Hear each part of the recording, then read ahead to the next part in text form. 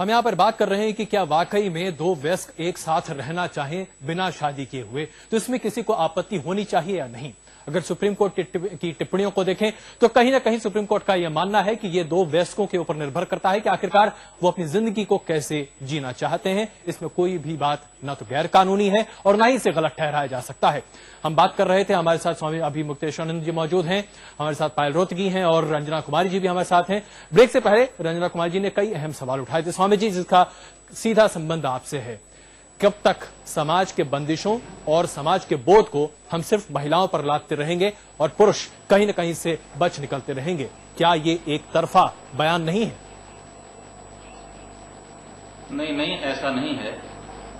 पुरुष और स्त्री रथ के दो पहियों की तरह से हैं। कोई पहिया न तो आगे है न तो पीछे है, दोनों का समान सहयोग ही रथ को आगे बढ़ाता है। तो ऐसी स्थिति में जो चीजें पुरुषों के लिए लागू हैं वही स्त्रियों के लिए भी लागू हैं। ये बात अलग है कि कोई कहीं अपना फायदा उठाता हो और कहीं कोई घाटा उठाता हो। सब चीजों का लोग अपने लिए लाभ उठा लेते हैं और हानि उठा लेते हैं, लेकिन इसका मतलब ये नहीं है कि लेकिन स्वामी जी आमतौर पर देखने को तो यही मिलता है कि महिलाओं को ही नुकसान होता है। पुरुष कहीं न कहीं अपनी जिंदगी एक बार फिर शुरू कर लेता है, लेकिन महिलाओं पर समाज आचरण का बोझ लाद देता है। नहीं, ऐसी कोई बात नहीं है, ऐसी कोई बात नहीं। पर आप अपने आसपास देखते नहीं है स्वामी जी, मतलब आप यहाँ के देख नहीं रहे हैं कि जितना ज्यादा कि हाँ लड़की औरतों पर हो रहे अत्याचार आप नहीं देख रहे हैं। आप नहीं देख रहे हैं कि किस तरह की खासतौर से जो लिव इन रिलेशनशिप की बात हो रही है, लिव इन रिलेशनशिप में स्वामी जी क्या आप ये नहीं देख रहे हैं कि दो स्वतंत्र व्यक्ति अगर आपस में रहना चाहते हैं तो किसी को क्या परेशानी है? आप समाज में उसका क्या असर ढूंढ रहे हैं और क्यों ढूंढ रहे हैं? क्योंकि आपको ये भय है कि कहीं न कहीं वर्जिनिटी, जो औरत की वर्जिनिटी की बात है, जो उसकी योनिशिष्टता है, कहीं न कहीं उस पर बोलने दें। जी स्वामी, ठीक है। ऐसा है कि हम स्त्रियों पर हो रहे अत्याचारों को भी देखते हैं और पुरुषों पर हो रहे अत्याचारों को भी देख रहे हैं। हम लोग संत हैं, हमारे पास समस्या लेकर के लोग आते हैं, जहां भी जाते हैं वहां आते हैं, और पुरुष भी रोते हैं और स्त्रियां भी रोती हैं, क्योंकि स्त्रियां पुरुषों को सता रही हैं और पुरुष स्त्रियों को सता रहे हैं। तो ये जो सताने की भावना है ये केवल एक में है और एक ही सताया जा रहा है, ये बात हम स्वीकार नहीं करते हैं, क्योंकि खूब अच्छी तरह से हजारों परिवार को हमने देखा है नजदीक से और उसके आधार पर ये बात हम कह रहे हैं। इस वक्त शिफाली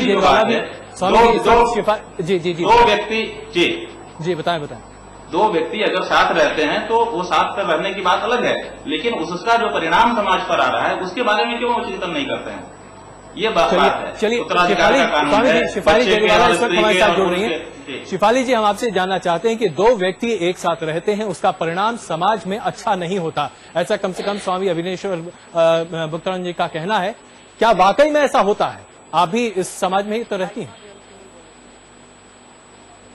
जी, मैं ऐसा बिल्कुल नहीं मानती। मैं ऐसा मानती हूँ कि मैं एक अडल्ट हूँ और अगर मैं पसंद करती हूँ कि मैं किसी के साथ रहूं शादी करे बिना, इसमें कोई गलत बात नहीं है।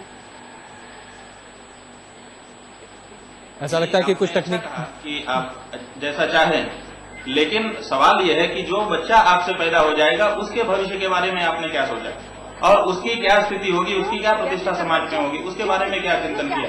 देखिए, उस बारे में सोचकर के तब बताइए आप। देखिए, बच्चा प्रेम से पैदा होता है, प्यार से पैदा होता है। अगर मैं अपने बॉयफ्रेंड को प्यार करती हूँ और मैं अगर ऐसा लगता है कि यहाँ बात हमारी कहीं न कहीं दो व्यक्ति के एक साथ रहने से उसके एक स्टेप आगे तक चली जा रही है।